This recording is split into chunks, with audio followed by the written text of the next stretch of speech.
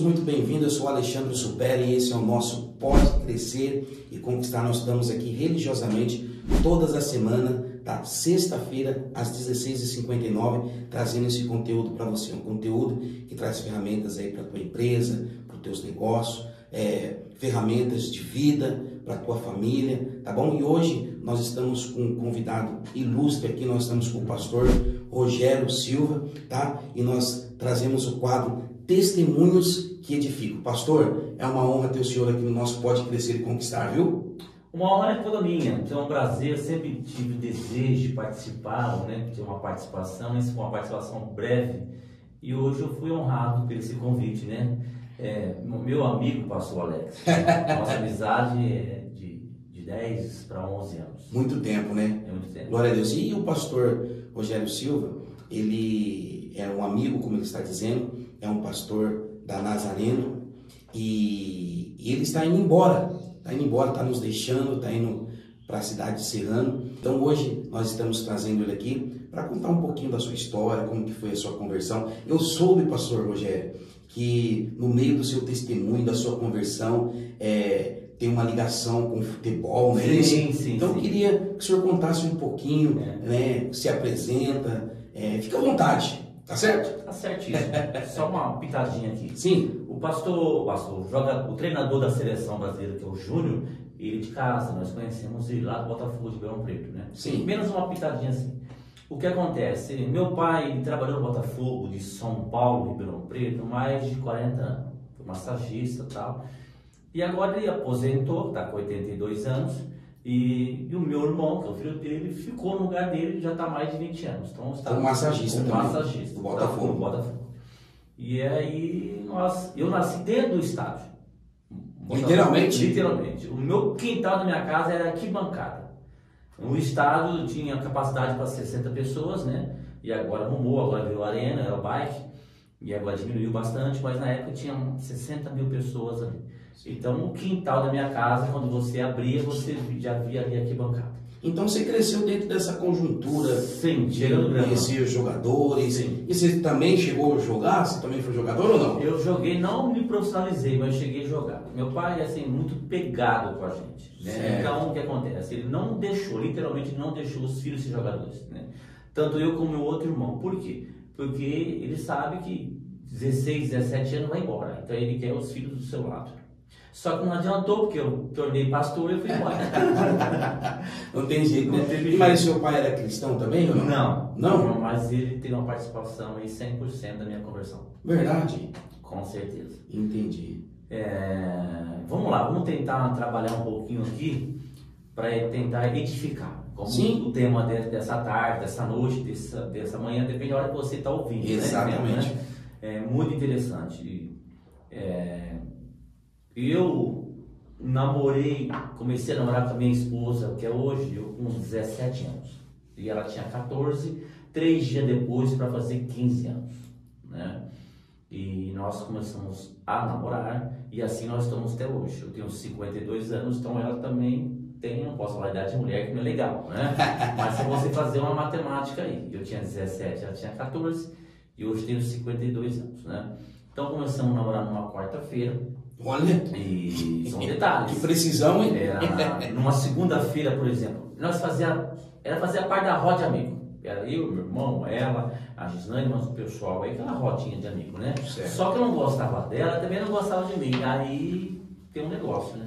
E aí o que acontece? Eu estava em casa assistindo Homem-Aranha, numa segunda-feira.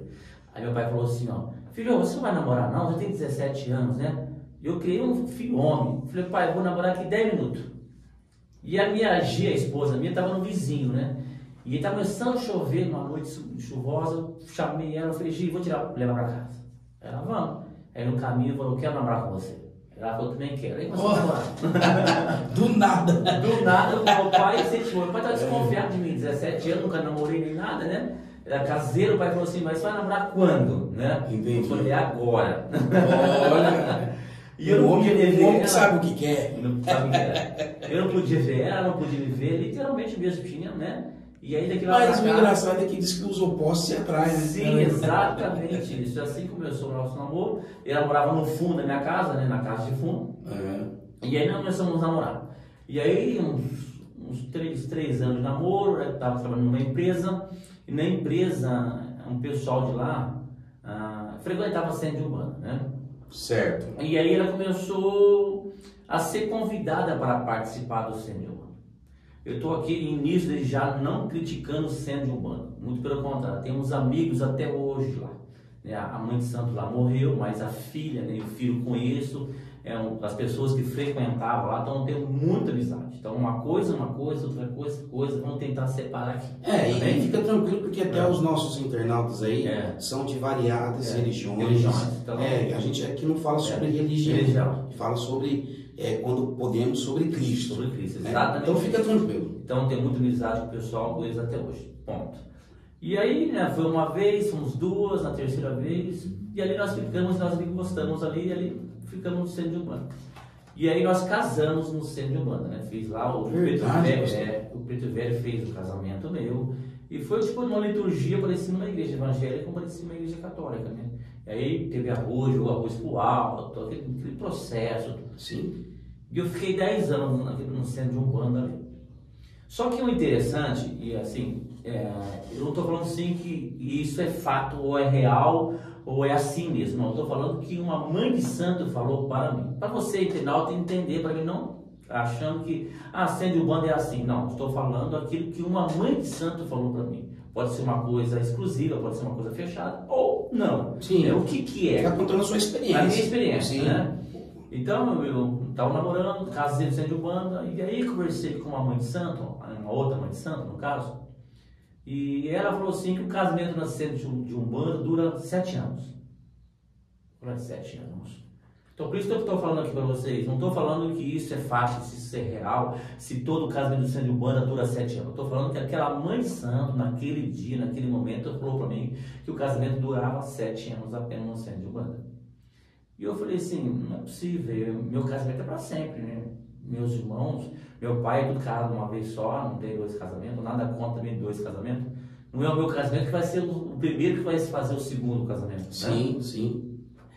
Eu fiquei na cabeça e literalmente, pastor, nos 7º ano, certinho, exato, meu casamento entrou em crise. Meu Deus. Entrou em crise, sem saber o que está acontecendo, pastor. Do nada mesmo, entrou em crise, não podia viajar, a gente não podia ver, eu dormi em cama separada. E diz que os 7 primeiros anos é bolda de algodão, né? Sim. Que realmente dá umas crises bravas mesmo. E aí passou dos 7 anos do nada, mas não caiu a ficha ainda. Não lembrava naquela palavra que a mãe de santo tinha falado. Foi liberado. Certo. Né? E inclusive essa mãe de santo, ela é cunhada. Ela é sogra do meu cunhado. Ela é sogra do meu cunhado, né? Pode ser uma coisa particular ou não sei. Eu sei que ela falou essa palavra veio se concretizar. E do nada mesmo, o casamento foi ruim, ao ponto de pegar e dormir separado. Falando do futebol, que eu sempre falei que a minha vida é futebol e a religiosidade, né?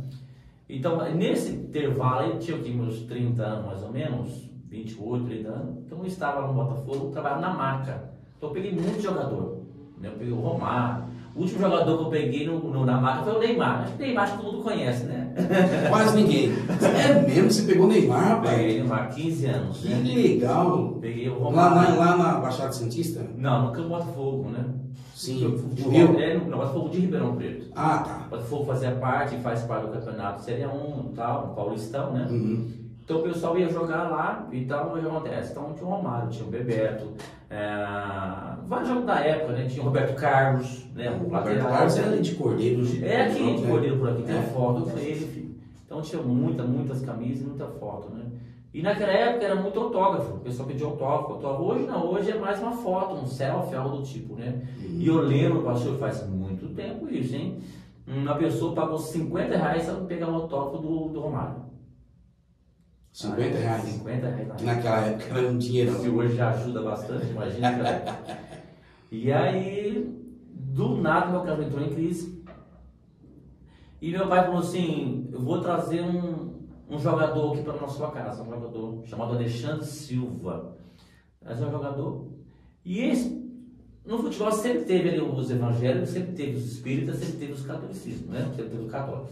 Então tinha um pessoal que ia, de vez em quando, ia na casa dos meus pais pregar a palavra, só que meu pai nunca foi cristão. Tá bom. E eu e meu pai como fosse irmão mesmo, sabe? Muito, muito próximo, bem muito próximo mesmo.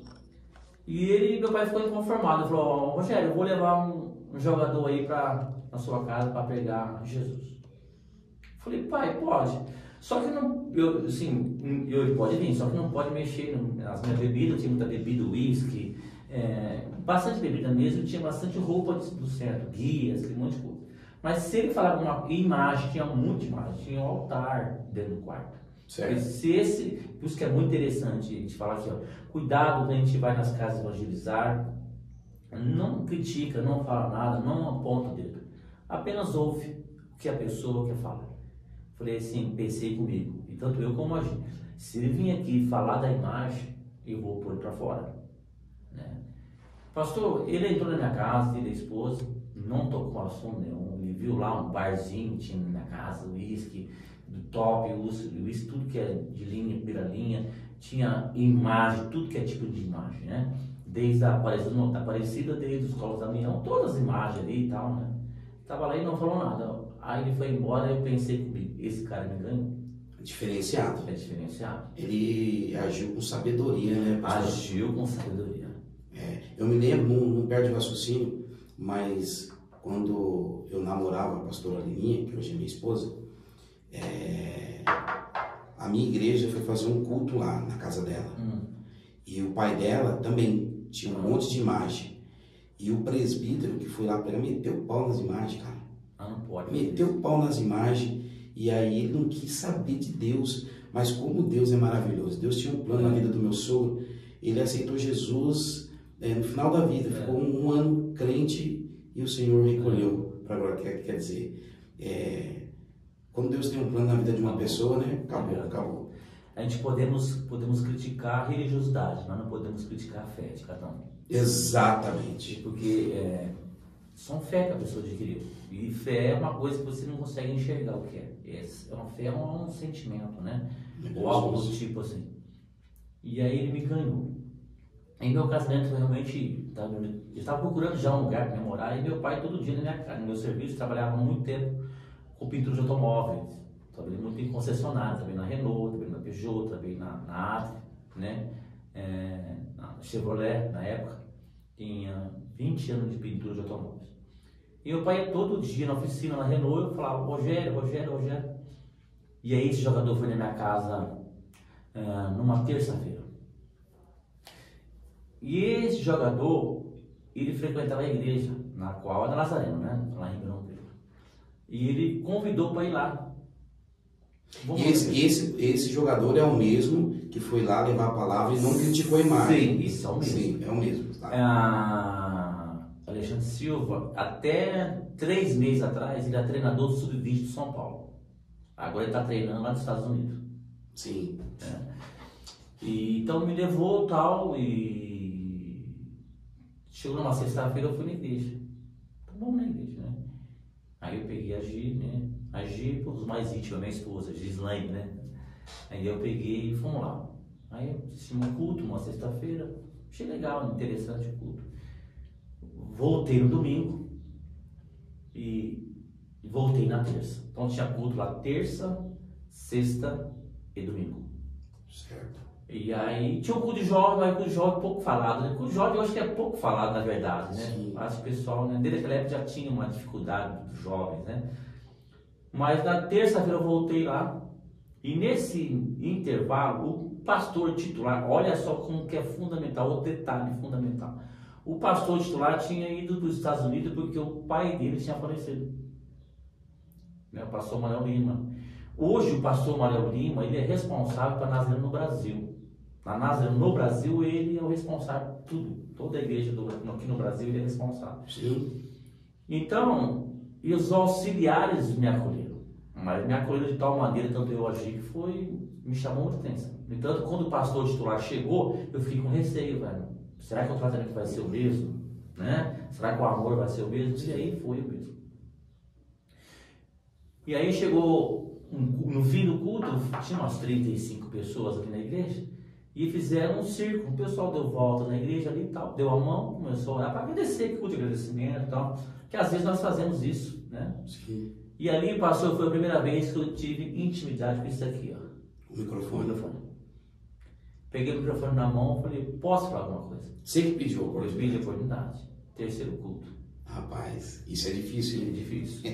E agir, já olhou com os olhos arreganhados. Falei, o que esse moço vai falar?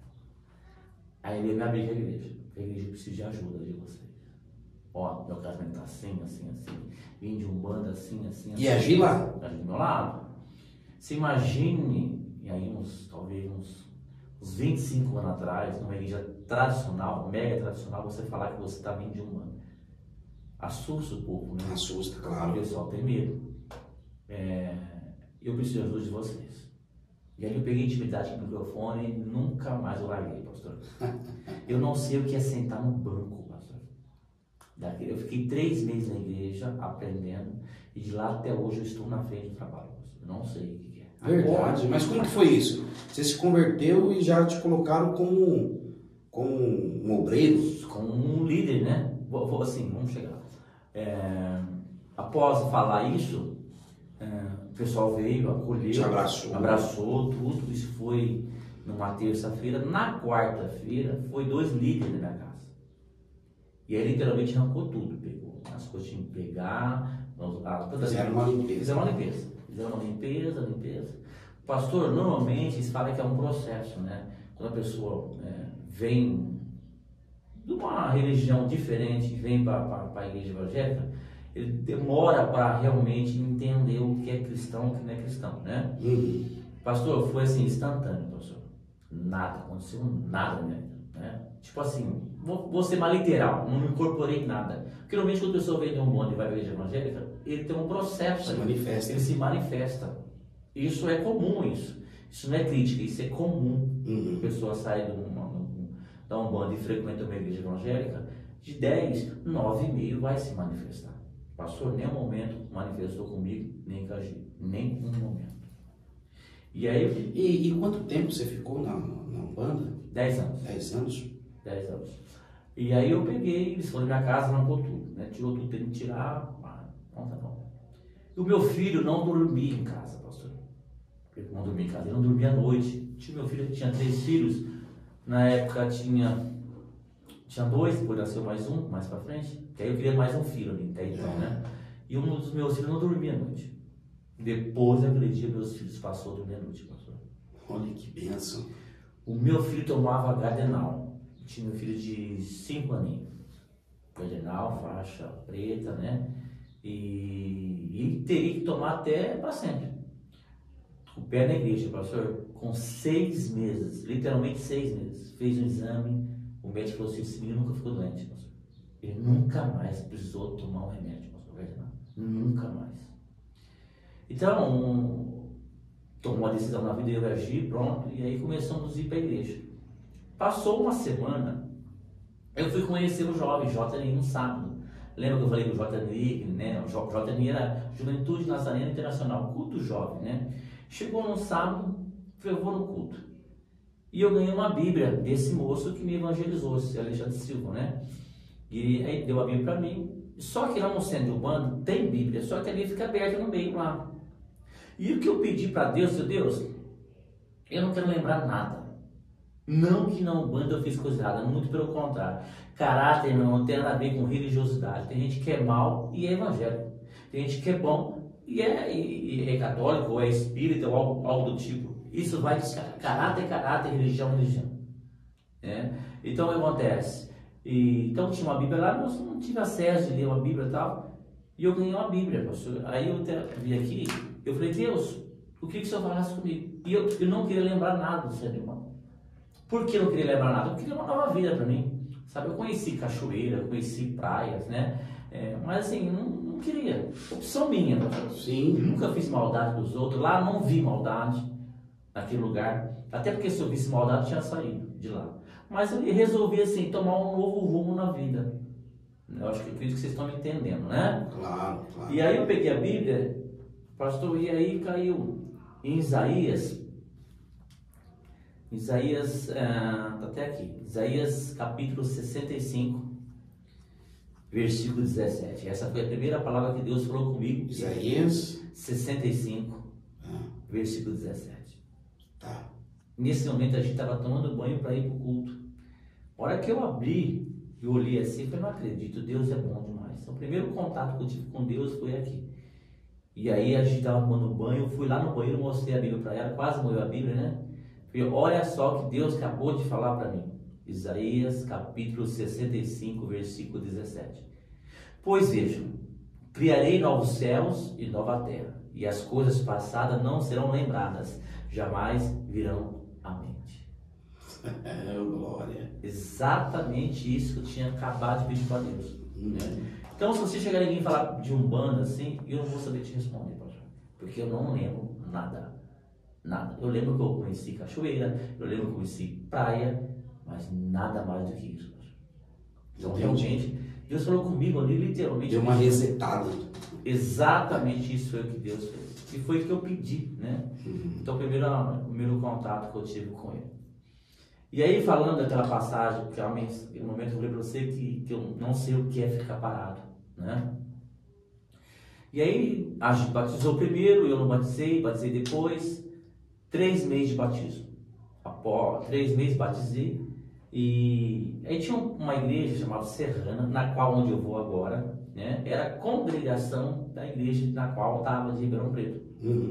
Um pastor de lá ia sair. Então, realmente eu fui lá para pregar o último culto, a última mensagem. E aí eu fui lá, dei meu testemunho e tal, né?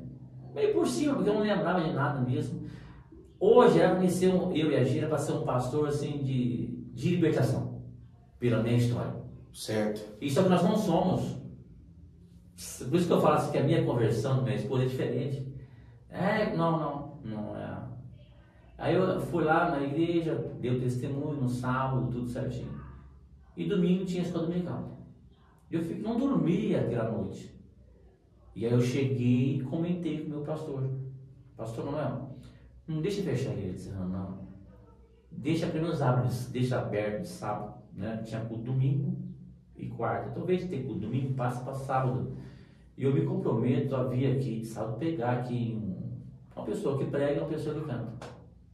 E o pastor falou assim, tá bom. Ele deu essa credibilidade para mim. Eu com 3 meses de igreja, pastor, né? E ele falou assim, tá bom. Mas você vai estar comigo domingo à noite? Sim, pastor, com certeza. E assim nós fizemos durante o ano. Nesse meio, eu já comecei a fazer o seminário. Isso foi em 2001. Certo. Nesse ano, pastor, o Campeonato Paulista, né? Alguns jogadores, ou todos os jogadores cristãos, frequentavam a minha casa de quinta-feira e faziam culto de oração. Olha que bênção. Né? Exatamente nesse ano 2021, o Botafogo foi vice-campeão. Jogou Botafogo e Corinthians. O Botafogo foi vice-campeão. Por isso que eu gosto do Corinthians. Nem tudo é perfeito. Nem tudo. Nem tudo é perfeito. O Botafogo foi vice-campeão da Copinha. Quem foi campeão? Corinthians. Então eu sou anti-corintiano. Então ele tem muita amizade. Então fazia os cultos na minha casa e tal. E aí foi vice-campeão, ficou na história, fez filme, fez tudo, né, sobre o filme do Botafogo. De lá pra cá passou, eu não parei mais. Então essa é a minha conversão, né? E aí eu me formei, estudei, fiquei 7 anos fazendo seminário, depois me formei. Aí eu pastorei uma igreja na periferia lá de Ribeirão Preto. Para quem conhece Ribeirão Preto, na Avenida Brasil, ali atrás do aeroporto, né? Chamado Salvador Filho. Então você conhece a região e você sabe do que eu estou falando. Ali é um bairro periférico, pastor. Ali é um bairro assim, ali é prostíbulo 24 horas, é 24 horas, e drogas 24 horas, e motel 24 horas. Então acontece, fizemos um trabalho ali com o pessoal, foi muito bom. Peguei sarna, eu, minha esposa, meus filhos, ficamos em 6 meses de sarna. Sério? Passamos sarna para meu pai, passamos para meus irmãos, foi espalhando sarna para tudo que é lado, pastor. Ali onde o filho chora, mas não vê. Meu Deus. Meu Deus. E aí, vamos lá, fizemos um trabalho bom. Depois eu passei numa Santa Antônio da Alegria, uma cidade aí de 5.000 habitantes. Chegamos lá, tinha 6 pessoas. O pastor anterior tinha adulterado, vamos dizer assim, e deixou a chave na porta da igreja.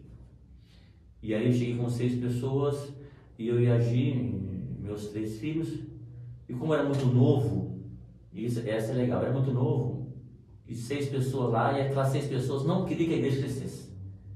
Normalmente as igrejas querem, o povo quer que a igreja cresça. Não, lá foi o contrário, não queria que crescesse. Mas um casal lá chamou eu para conversar tete a tete e falou assim, ó, você tem cara de novinho, você é muito novinho, essa igreja não vai crescer, ela vai diminuir mais do que já tem, eu estou desligando da igreja. Eu falei, amém. E já olhei no espelho, eu falei, o que eu posso fazer para mostrar que com uma cara mais de adulto? Aí deixei o cavanhaque, fiz o cavanhaque, ficou com 5 anos de cavanhaque, né? E esse casal acabou saindo da igreja, mas saímos de lá com 60 pessoas. Olha que benção. Eu acho que 1% da cidade. A igreja nós saímos lá não era conhecida, hoje é conhecida até hoje. E aí fomos para Ibaté. Chegamos em Ibaté, que é aqui pertinho também, numa igreja também de 6 pessoas. E elas tinha 4 de um lado e 3 do outro, não podia se ver. Era a turma do A e do B, né? A turma do hipócrita e a turma dos incrédulos, né? Literalmente era isso, pastor. Foi difícil, né? Conseguimos lá. E aí fizemos um bom trabalho também lá, deixamos lá 55 pessoas ali. Então Deus me coloca assim em umas igrejas machucadas, quando ela está sarada, Deus me tira. Entendi. Isso é cansativo. E pastor, me diz uma coisa, há quanto tempo faz que o senhor está, pastor, na frente de obra mesmo? Quantos anos faz? 23 anos. 23 anos? 23 anos, 23 anos. Entendi. E nesses 23 anos o senhor viu tantas coisas, o senhor viu pessoas entrando, pessoas saindo, pessoas drogadas. Eu que sou pastor, vou fazer 19 anos agora, a gente já vê tantas coisas, né, que no meio dessa conjuntura, que às vezes a gente quer tirar o pé do acelerador, não é verdade?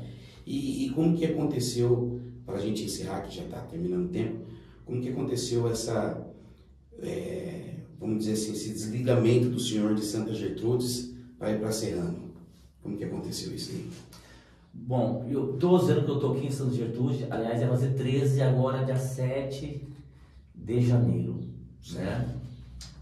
A igreja chegou a um ponto, eu tenho muito gás, no desejo, sou 220, pastor, então eu vou trabalhar. Eu, como eu disse para você, eu entro numa igreja machucada, deixo ela com saúde boa, depois Deus manda embora. Então, a igreja, quando eu cheguei aqui 12 anos atrás, estava machucada, e agora está com uma saúde boa, eu estou indo embora. Ponto. Mas chegou um momento na nossa vida que eu entendi assim, ó, eu preciso sair para o bem da igreja. Porque faz 12 anos que está aqui, querendo ou não, fica uma coisa acomodada, né? Vira rotineiro. Vira rotina. Então, mais que eu queira trabalhar, os irmãos começam a falar assim, todo mundo já consegue, já acostumado. E eu sou 220, vamos fazer, e a gente não consegue ver algum retorno. Então, eu achei melhor para a igreja, né? Então, melhor eu sair e vir um outro pastor. Não um pastor com gás novo, porque eu tenho gás 24 horas. Mas, quem sabe com um pastor novo, a igreja vem entender isso. Entendi. Você entendeu? Entendi. E aí, é o tempo, né, pastor? Eu acabei saindo. Maravilha, meu pastor. Olha, eu tenho certeza que o seu testemunho